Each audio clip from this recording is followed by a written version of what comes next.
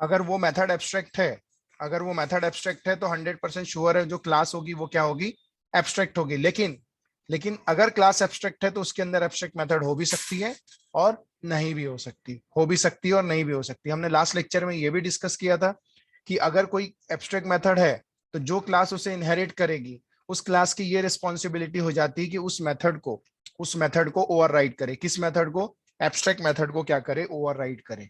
चलिए सर, अब कुछ चीजें मैं आपको समझाता हूं, कुछ चीजें ध्यान से समझिए। सर अगर कोई क्लास ए है और क्लास ए को किसी क्लास बी ने इनहेरिट किया है, किसी क्लास बी ने इनहेरिट किया है। अगर कोई क्लास ए है, अगर कोई क्लास बी है और ए इनहेरिट हो गई बी में, ए इनहेरिट हो गई बी में, तो ऐसे केस में मैं आपको बताना चाहता हूं कि ये हो गई सुपर क्लास और ये हो गई सब क्लास। सुपर क्लास और क्या हो गई, सब क्लास।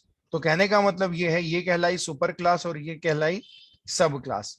तो ऐसे केस में क्या होगा, जब मैं बी क्लास का ऑब्जेक्ट बनाऊंगा, B of B1 is equal to new of B, तो मैं बताना चाहता हूं बी क्लास के टोटल टाइप, बी क्लास के टोटल टाइप मिनिमम दो तो होंगे, मिनिमम दो कौन से, तो मैं बता देता हूं, खुद एक बी हो जाएगा और खुद एक ए हो जाएगा, क्योंकि कहीं ना कहीं एक इसमें इनहेरिट हुआ है बी में। हर क्लास का एक सुपर टाइप तो ऑब्जेक्ट होता ही होता है, लेकिन उसके अलावा इसके टोटल कितने टाइप हो जाएंगे, दो। उसी तरह से अगर मैं जाता हूं और बोलता हूं ए इनहेरिट होती है बी में और बी इनहेरिट होता है सी में, बी इनहेरिट होता है सी में, तो ऐसे केस में ए इनहेरिट होता है बी में और बी इनहेरिट होता है सी में।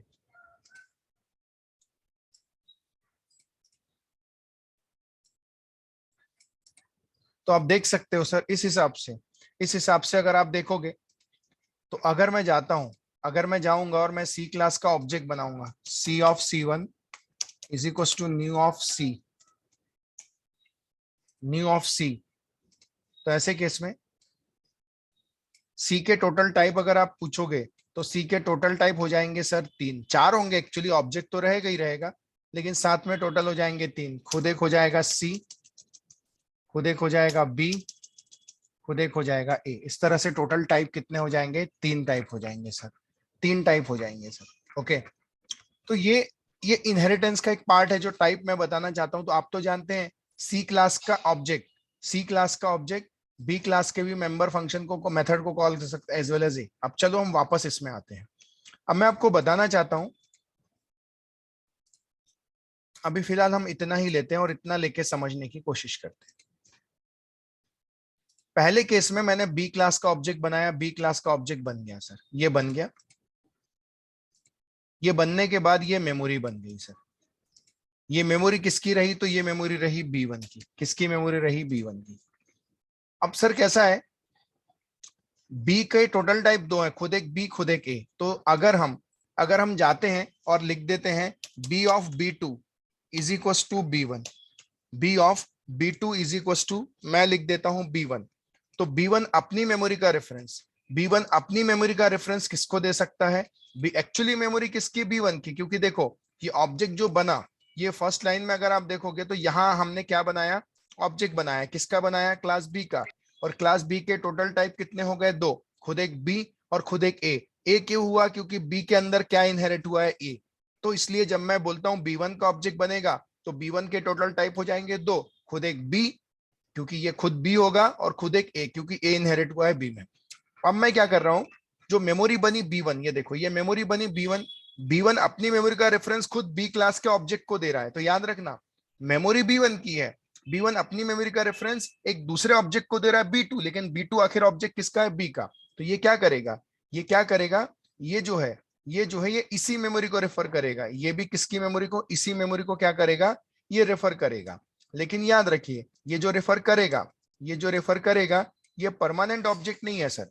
ये जो ऑब्जेक्ट आप देख रहे हो, ये जो ऑब्जेक्ट देख रहे हो B2, B2 की खुद की कोई मेमोरी नहीं है सर। B2 आखिर किसकी मेमोरी को रेफर कर रहा है? B2 रेफर कर रहा है B1 की मेमोरी, क्योंकि B2 के आगे न्यू नहीं लिखा ना, तो B1 ने अपनी मेमोरी का रेफरेंस किसको दे दिया? B2 को। दे सकता है, इसलिए दे सकता है क्योंकि B का एक टाइप, B1 का एक टाइप B तो है ही, तो दे सकता है। अब हम आगे बढ़ते हैं, मैं लिखता हूं A of A1, A of A1, A of A1 बोल देता हूं इज इक्वल टू B1। अब देखो फिर से, B1 अपनी मेमोरी का रेफरेंस ए क्लास के ऑब्जेक्ट को भी दे रहा है, ए क्लास के ऑब्जेक्ट को भी दे रहा है।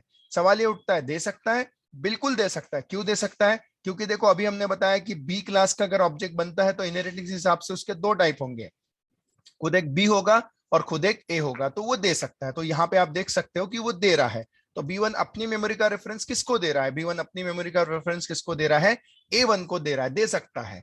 तो हम जाएंगे यहाँ पे और एक रेफरेंस और बना लेंगे, एक रेफरेंस और बना लेंगे।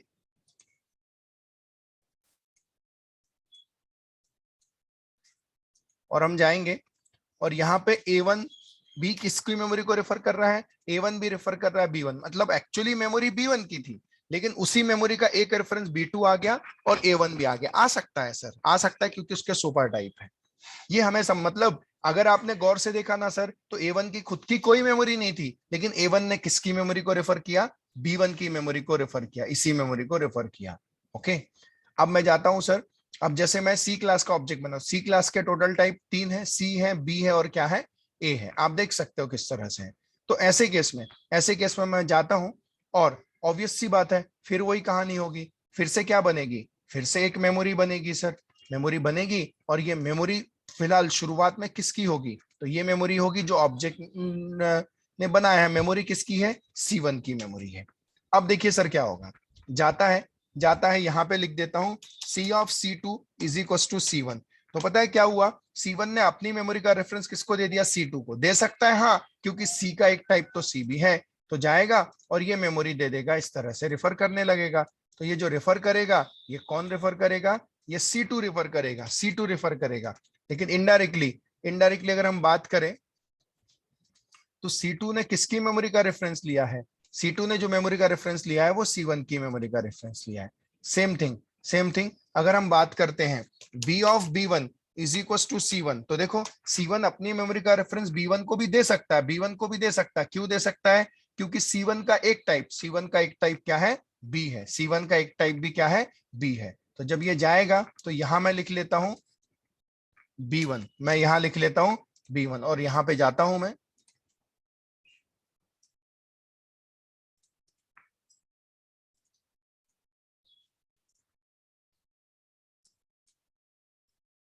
इस तरह से ये चीजें रेफर करेगा। अब मैं आगे बढ़ता हूं, खुद A of A1 is equal to C1। C1 अपनी मेमोरी का रेफरेंस किसको दे सकता है? A1 को भी दे सकता है। किसको दे सकता है? A1 को भी दे सकता है, क्योंकि C का एक टाइप ए बी है। तो मैं जाता हूं यहाँ पे और यहाँ पे लिख लेता हूं A1।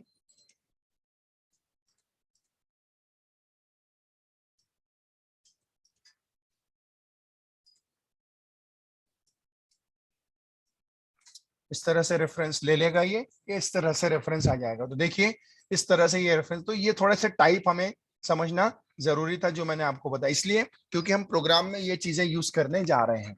अब सर हम वापस अपने पॉइंट पे आते हैं, क्या था सर? आप इतना तो जानते हैं कि we can not declare object of abstract class, we cannot declare object of abstract class, but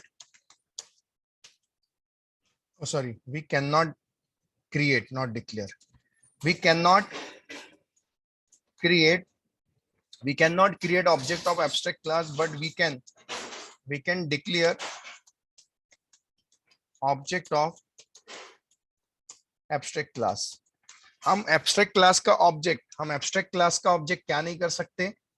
create नहीं कर सकते, लेकिन उसका ऑब्जेक्ट हम क्या कर सकते हैं? डिक्लेयर कर सकते हैं। वी कैन डिक्लेयर, लेकिन हम क्रिएट नहीं कर सकते। देखिए सर, मैं जाता हूं, मैं एक प्रोग्राम बनाता हूं, मैं बोल देता हूं एब्स्ट्रैक्ट क्लास ए लिखता हूं इसके अंदर मैं जाता हूं एब्स्ट्रैक्ट वॉइड, कोई भी मेथड ले लेता हूँ, प्रिंट नाम की मेथड ले लेता हूँ या एब्स्ट्रैक्ट वॉइड शो नाम की मेथड ले लेता हूँ। प्रोटोटाइप डिक्लेयर कर सकते हैं, बॉडी नहीं चलेगी अगर एब्स्ट्रैक्ट मेथड है तो। Class B extends of A, extends of A, और मैं जाता हूं, अब ऑब्वियस सी बात है ओवरराइड करना शो को कंपलसरी हो जाएगा। बाकी मेथड तो लिख सकते हैं लेकिन इसको ओवरराइड करना कंपलसरी हो जाएगा। System dot out dot println, system dot out dot println में जाता हूं और मैं लिख लेता हूं I am in B, I am in B लिख लेता हूं, ये क्लोज कर देता हूं। क्लास एग्जाम्पल देखते हैं कितना एग्जाम्पल है। Public static void main, public static void main string args, मैं जाता हूं, मैं बोल लेता हूं देखो सर, आप a of a1 is equal to new of a तो नहीं लिख सकते सर। क्यों नहीं लिख सकते? क्योंकि ये एब्स्ट्रैक्ट क्लास है, इस क्लास का आप ऑब्जेक्ट क्रिएट नहीं कर सकते। तो मैं क्या करता हूं, मैं जाता हूं, मैं लिखता हूं b of b1 is equal to new of b। ऐसा तो आप कर सकते हो, ऐसा तो आप कर सकते हो। और अगर आप लिखोगे b1 dot show, b1 dot show तो सिंपल ही है, जाएगा। देखिए क्या होता है हम बताते हैं, पहले हम इसको सेव करते हैं।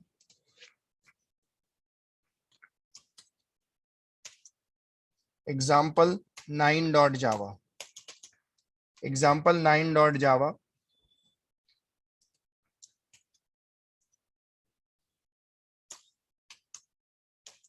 cd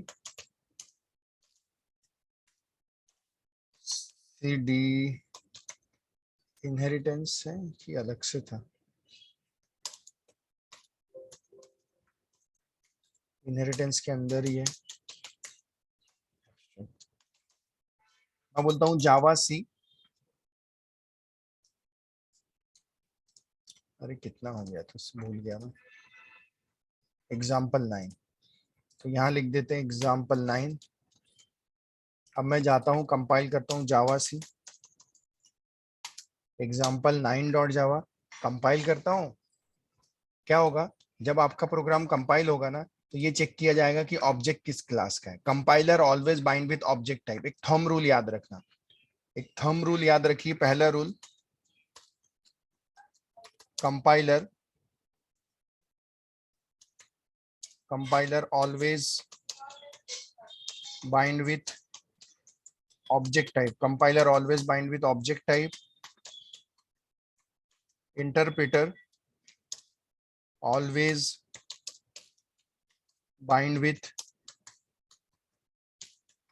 reference type, interpreter always bind with reference, interpreter हमेशा बाइंड विथ रेफरेंस टाइप है। तो हम जाएंगे और क्या होता है जब आपका प्रोग्राम कंपाइल हो रहा होगा तो चेक करेगा ऑब्जेक्ट किस क्लास का है। तो शो नाम की मेथड की बॉडी कहाँ ढूंढेगा, बी में, और उसे बी में मिल जाएगी और आपका प्रोग्राम कंपाइल कर देगा और आपके प्रोग्राम में फिर आउटपुट जावा एग्जाम्पल 9 आउटपुट आ जाएगा, आई मीन बी लिख के आ जाएगा। देखो आ गया आउटपुट। मुझे इसमें इंटरेस्ट नहीं क्योंकि ये तो मैं आपको ऑलरेडी बता चुका हूं। हमें इंटरेस्ट है नेक्स्ट कंसेप्ट में। मैं क्या करता हूं, मैंने ऑब्जेक्ट किसका बनाया, बी का। मैं जाता हूं यहाँ पे और मैं क्या बोल लेता हूं A of a1, A of a1 is equal to b1। Sir मुझे बताइए मैंने इस लाइन में क्या किया, ये दो लाइनों से आपको क्या समझा मुझे बताइए आप सबसे पहले।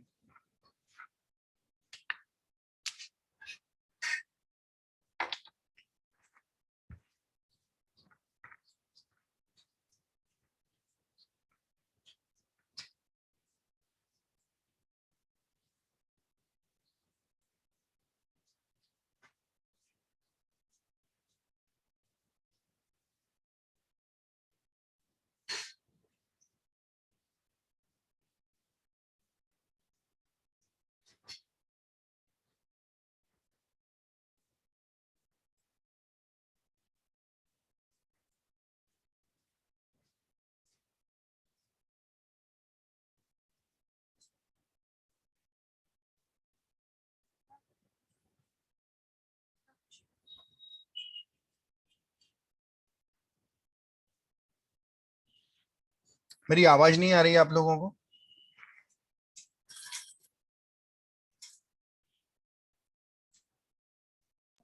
आ रही है सर।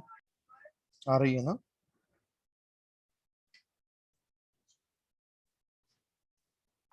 देखिए सर, इसका ये मतलब है कि मैंने बी क्लास का ऑब्जेक्ट बनाया, मेमोरी बी क्लास की है। अभी तो मैंने समझाया सर, आप लोग ध्यान नहीं देते। मैंने बी क्लास का ऑब्जेक्ट बनाया, मेमोरी बी क्लास की है, और वो मेमोरी का रेफरेंस हम किसको दे रहे हैं? A1 को दे रहे हैं। हम किसको दे रहे हैं? A1 को दे रहे हैं। किसको दे रहे हैं? A1 को। A1 को दे रहे हैं। करेक्ट। ये चीज समझिए सर, ये दो लाइनें जो बता रही हैं, ये चीजें समझना है। Yes sir. Okay. So B of B1 is equal to new of B और ए ऑफ A1। तो सर हमने मेमोरी बनाई है B1 की, और B1 अपनी मेमोरी का रेफरेंस A1 को दे रहा है। अब भी मैंने पढ़ा कि हम दे सकते हैं। पढ़े कि नहीं पढ़े हमने? अभी यही तो स्टडी की हमने, कि हमने बी क्लास यस का सर। ऑब्जेक्ट बनाया। वही मैं पूछ रहा था कि भाई B1 अपनी मेमोरी का रेफरेंस किसको दे रहा है? A1 को दे रहा है। A1 की खुद की कोई मेमोरी है क्या? No sir. B1 की खुद की मेमोरी नहीं है। खुद की मेमोरी A1 की खुद की कोई मेमोरी है क्या? No sir. Oh sir. हाँ। तो जब A1 की खुद की कोई मेमोरी नहीं, तो वो किसकी मेमोरी को रेफर कर रहा है? B1 की। B1 की। A1 करेक्ट की। है। Correct, exactly. अब मेरी बात ध्यान से सुनिए। मैं गया, मैं इस प्रोग्राम को सेव कर रहा हूँ, और क्या होता है ना सर, मैंने लिख तो लिया। अब मैं जाता हूँ, मुझे बताइए A1 dot show, A1 dot show, मैं अगर ऐसा लिखता हूँ, A1 डॉट शो अगर लिखता हूँ सर, आपको मैं फिर से ना ये कुछ चीजें, ये जो कुछ चीजें मैं हटाता हूँ फिर से। हाँ, मैं क्या करता हूँ, मैं सिंपली लिखता हूँ A ऑफ A1, और मैं अगर ऐसा लिखूंगा A1 डॉट शो, देखो हाँ, जानबूझ के मैं ऐसा कॉल कर रहा हूँ। मुझे बताइए सर, क्या A1 की खुद की कोई A1 के पास कोई मेमोरी है क्या?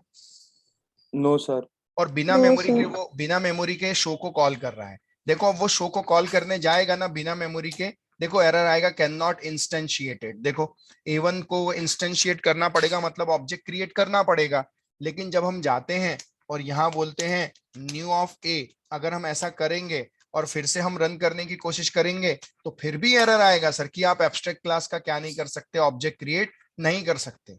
तो देखो, ऑब्जेक्ट क्रिएट करने जाते हैं तो ऑब्जेक्ट क्रिएट नहीं कर सकते, और डिक्लेयर करके कॉल करते हैं तो इंस्टेंशिएटेड है। तो फिर करें क्या? तो ये करने के लिए हमें बताया गया कि हम जाते हैं बी ऑफ B1 लिखते हैं is equal to new of B लिखते हैं, और ये लिखने के बाद अब मैं क्या करता हूं, मैं जाता हूं और यहां लिख देता हूं A of A1 is equal to B1। तो B1 ने अपनी मेमोरी का रेफरेंस किसको दे दिया? B1 ने अपनी मेमोरी का रेफरेंस A1 को दे दिया। अब A1 डॉट शो लिख रहे हैं। तो सर बात को ध्यान से समझना, क्या होता है, पहले आपका प्रोग्राम कंपाइल होता है। कंपाइल होते वक्त मैंने आपको क्लियर बोला, compiler always bind with object type. इसका मतलब समझो, इसका मतलब ये होता है सर, पहले आपका जब प्रोग्राम कंपाइल होगा, ये लाइन एग्जीक्यूट होगी ना सर, ये वाली सिलेक्टेड ब्लू कलर की लाइन, तो ये चेक करेगा कंपाइलर की ऑब्जेक्ट किस क्लास का है। तो पता चलेगा ऑब्जेक्ट तो क्लास ए का है, ऑब्जेक्ट तो क्लास ए का है। तो क्या होगा, ये जो शो नाम की मेथड है, ये शो नाम की मेथड है, क्लास ए में ढूंढी जाएगी, क्लास ए में ढूंढी जाएगी। मेथड की बॉडी ढूंढी जाएगी, बॉडी,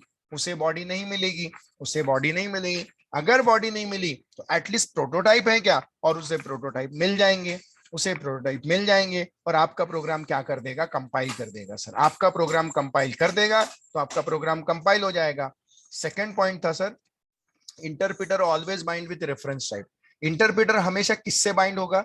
इंटरप्रेटर हमेशा रेफरेंस टाइप से बाइंड होगा। किससे बाइंड होगा? Reference type. Interpreter always bind with reference type, तो किससे बाइंड होगा? रेफरेंस से।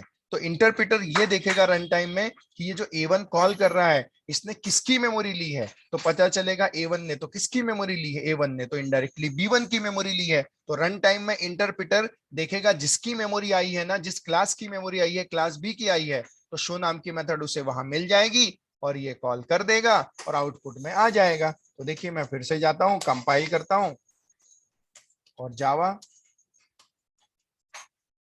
एग्जाम्पल 9 ले लेता हूं, तो आप देख सकते हैं आई एम इन बी लिख के आ जाएगा, आई एम इन बी लिख के आ जाएगा। तो कहने का मतलब ये है sir, interpreter always bind with object type, compiler always bind with object type. तो कंपाइलर हमेशा चेक करता है कि ऑब्जेक्ट किस क्लास का है, तो वहां मेथड की बॉडी नहीं मिली तो प्रोटोटाइप ढूंढता है। और interpreter bind with reference type, ये देखता है कि भाई ये इसके पास जो रेफरेंस है B1 के A1 के पास जो रेफरेंस है वो किसका है, वो B1 का है। तो इनडायरेक्टली वो शो नाम की मेथड की बॉडी कहाँ ढूंढेगा, यहाँ ढूंढेगा, उसे मिल जाएगी और क्या कर देगा, वो इंटरप्रिट कर देगा। That's it. कितना समझ में आया आपको? यस सर, समझ गया। Okay fine. चलिए सर, अब अब मैं आपको बताने जा रहा हूं एक और चीज जिसे हम बोलेंगे polymorphism. Polymorphism sir, polymorphism that is nothing but same entity but their behaviour should be same entity but their behaviour should be. Entity तो सेम है लेकिन उसका बिहेवियर अगर बदल जाएगा तो ऐसा पर्टिकुलर कंसेप्ट कहलाएगा polymorphism. Same, technically same statement produce different output is called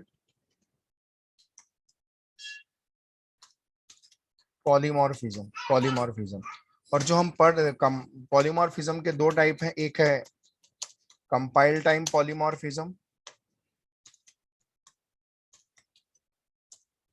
और जो सेकंड आता है वो आता है run time polymorphism. Run time polymorphism. तो चलिए सर, हम पहले पढ़ने जा रहे हैं हम रन टाइम पॉलीमॉर्फिज्म। हम जो पढ़ने जा रहे हैं वो पढ़ने जा रहे हैं रन टाइम पॉलीमॉर्फिज्म। ये क्या होता है, थोड़ा ध्यान से देखिए सर। मैं गया मैंने इस प्रोग्राम को कॉपी किया। अब मैं जाता हूं और मैं बोलता हूं एब्स्ट्रैक्ट क्लास, एक सिम नाम की क्लास बनाता हूं। मैं एक सिम नाम की क्लास बनाता हूं और मैं बोल देता हूं एब्स्ट्रैक्ट void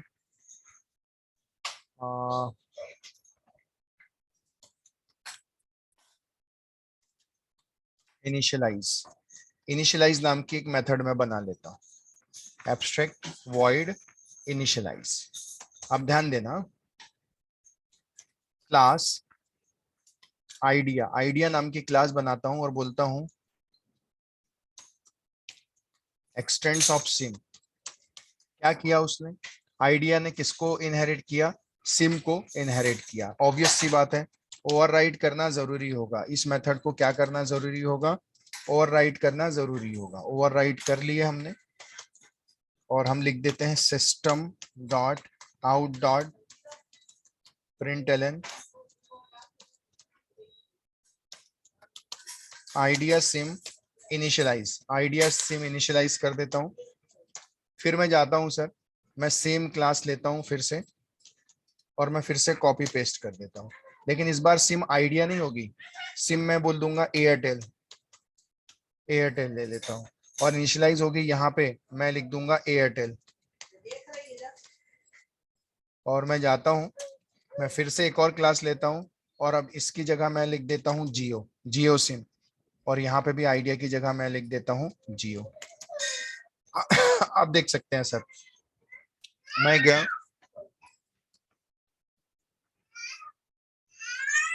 आइडिया एयरटेल और जियो। सर देखो, सभी ने किसको इनहेरिट किया है, कौन सी एब्स्ट्रैक्ट को किया है, सिम को ही किया है, किसी और को नहीं किया, सिम को ही किया है। सर मुझे बताइए आइडिया के टोटल टाइप कितने होंगे?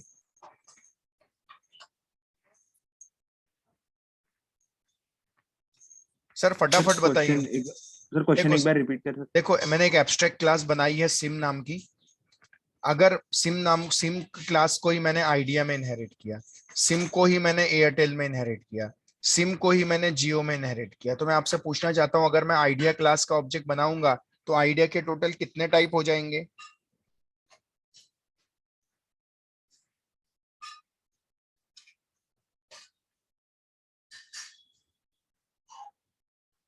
वापस आता हूं सर, मेरे बेसिक्स में वापस आता हूं सर। मैंने ए क्लास को इनहेरिट किया बी क्लास में और मैं बी क्लास का ऑब्जेक्ट बनाऊंगा तो बी के टोटल टाइप कितने हो जाएंगे सर? 2। क्यों दो होंगे सर? सर एक ए और एक बी। तो वही तो मैं आपसे पूछ रहा हूँ सर, अभी आप सभी लोगों से मैं वही चीज रिपीट कर रहा हूँ, क्लास का नाम चेंज हो गया ना सर, बाकी कुछ थोड़ी चेंज हुआ। मैं आपसे पूछ रहा हूँ ये क्लास सिम है, सिम ने इनहेरिट किया है आइडिया को, अगर मैं आइडिया का ऑब्जेक्ट बनाऊंगा तो आइडिया के टोटल टाइप कितने हो जाएंगे? सर 2। तो दो होंगे ना सर, एक आइडिया होगा और एक क्या हो जाएगा, सिम।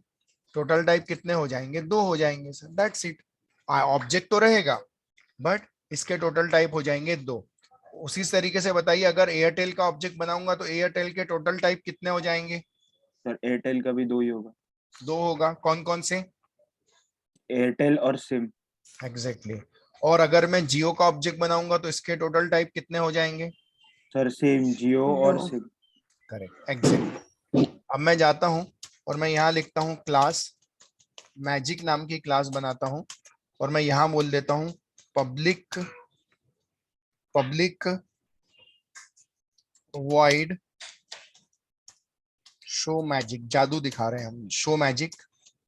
और यहाँ जाता हूँ और मैं यहाँ लिख देता हूँ, सपोज की बात है आइडिया, और आइडिया का ऑब्जेक्ट बना लेता हूँ। ओके, अब मैं जाता हूँ यहाँ पे, मैं लिख देता हूँ कि system dot out dot println, system dot out dot println, मैं बोल देता हूँ स्टार्ट, फिर मैं जाता हूँ system dot out dot println, मैं बोल दूंगा सिम इनिशियलाइज्ड, और उसके बाद बोल दूंगा system dot out dot println the and, मैंने लिख दिया। अब सर एक बात बताइए,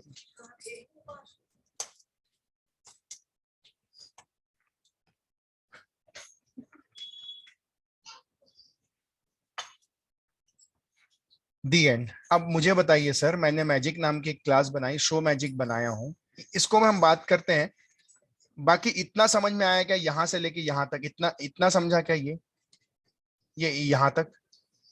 यस सर। करेक्ट, सिंपल है सर।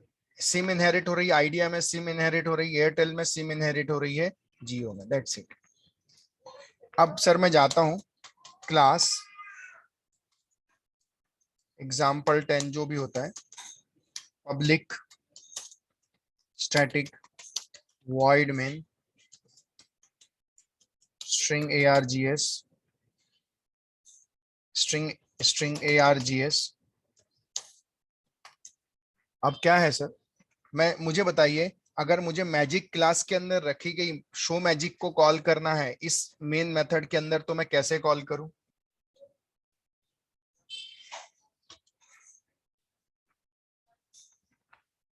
एक मैजिक नाम की क्लास है, ये यहां से शुरू हुई यहां खत्म हुई, मुझे इस क्लास के अंदर मेन मेथड के अंदर अगर मैजिक क्लास के अंदर रखी गई मेथड को कॉल करना है, तो मैं क्या करूंगा यहाँ पे, कैसे कॉल करूं?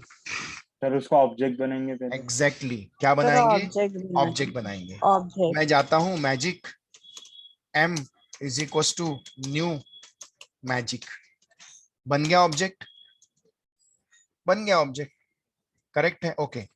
अब मैं जाता हूं यहाँ पे आइडिया का ऑब्जेक्ट बना लेता हूं, Idea, Idea is equal to new Idea, उसी तरह से Airtel AIR is equal to new,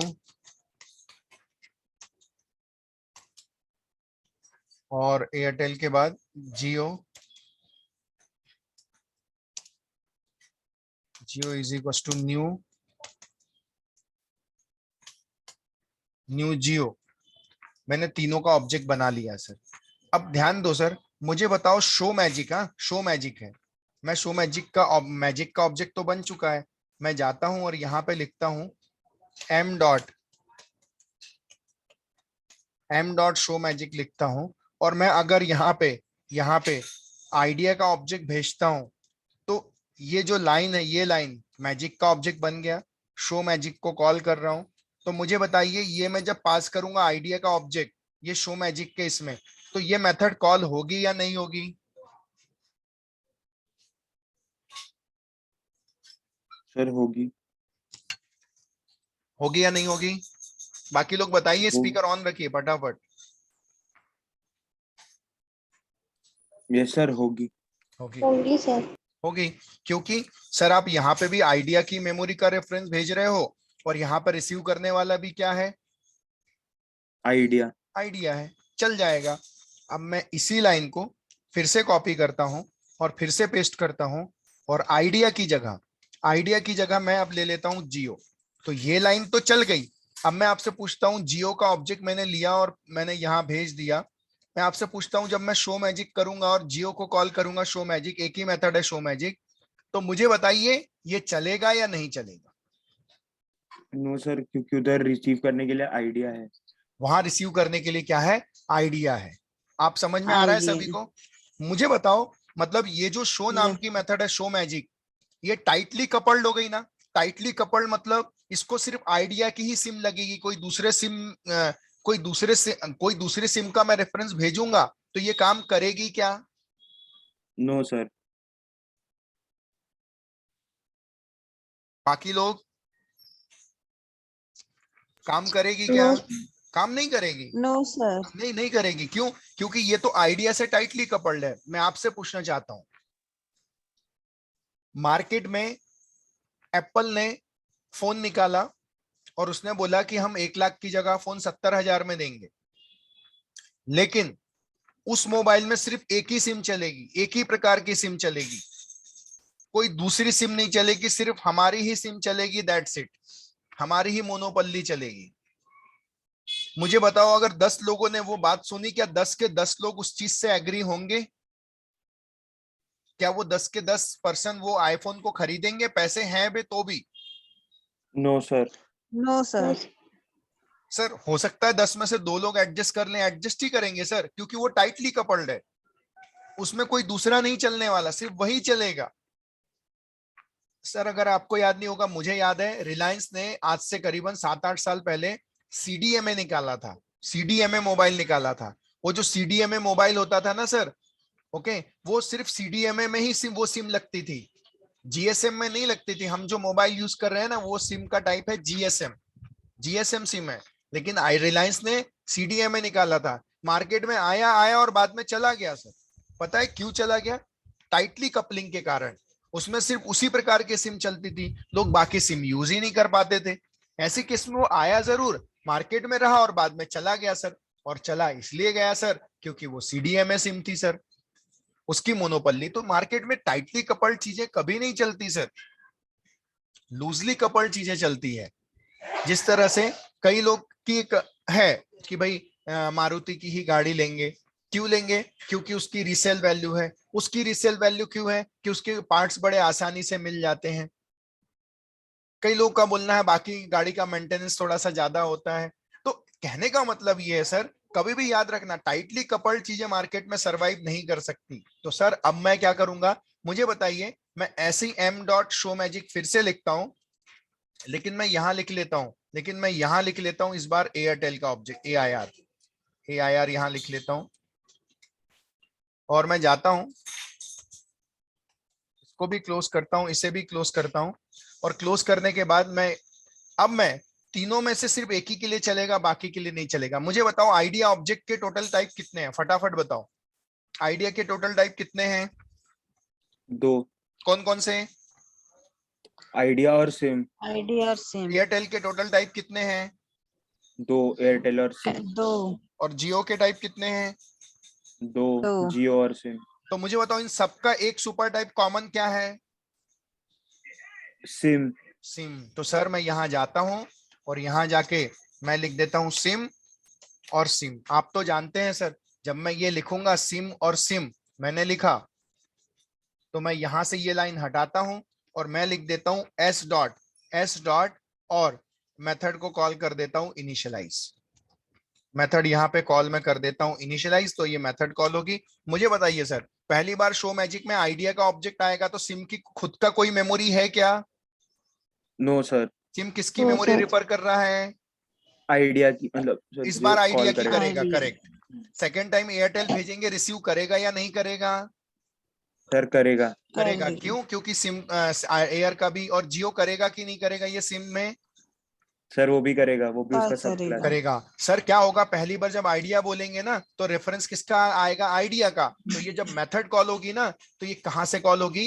idea से कॉल होगी। सेकंड टाइम जब आप भेजोगे एयरटेल तो जब एस डॉट बोलेंगे, एस, हाँ यहाँ सिम लिख दूंगा, सिम डॉट बोलेंगे तो ये किसकी मेमोरी रेफर करेगा? ये मेमोरी रेफर करेगा किसकी? जिसकी आई है एयरटेल की। थर्ड केस में किसकी रेफर करेगा? जियो की रेफर करेगा। तो सर देखिए मैं जाता हूं और इसको एग्जाम्पल 10 डॉट जावा से सेव करता हूं सर। उस हिसाब से आप देखिए, पहले मैंने शो मैजिक, आइडिया, एयरटेल और जियो। तो पहले केस में आएगा इनिशियलाइज, किसका इनिशियलाइजेशन होगा? जो भी आपने रेफरेंस भेजा है, आइडिया का, फिर एयरटेल का, फिर जियो का। तो चलिए सर मैं आपको कंपाइल करके ये चीजें बताता हूं। मैं जाता हूं Java C example 10 dot Java. Okay, spelling गलत हो गई क्या?